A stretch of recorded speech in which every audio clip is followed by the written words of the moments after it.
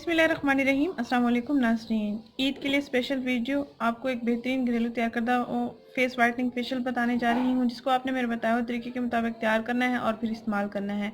इंशाल्लाह इसके इस्तेमाल से आपको नेचुरल रिजल्ट्स मिलेंगे और आपकी स्किन बहुत सॉफ्ट हो जाएगी। अगर स्किन पर दाग धब्बे निशानात वगैरह मौजूद हैं या एक्ने दाने मौजूद हैं तो वो भी ख़त्म हो जाएंगे। आपको पार्लर का फेशियल करवाने की ज़रूरत नहीं पड़ेगी, ना ही आपको किसी क्रीम वगैरह इस्तेमाल करने की ज़रूरत पड़ेगी जो केमिकल्स वाली होती हैं। तो आइए मैं आपको बताती हूँ इसको कैसे तैयार करना है और कैसे इसको इस्तेमाल करना है। नाज़रीन, आपने करना ये है कि तकरीबन 1 चम्मच आपने बेसन लेना है।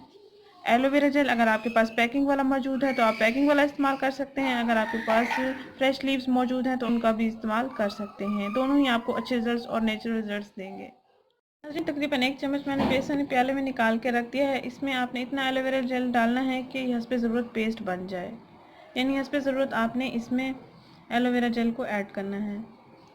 1 चम्मच बेसन में आपने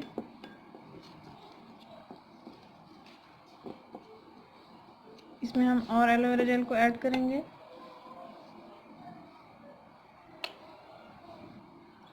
और इसमें 1 चुटकी आपने बेकिंग सोडा को ऐड करना है।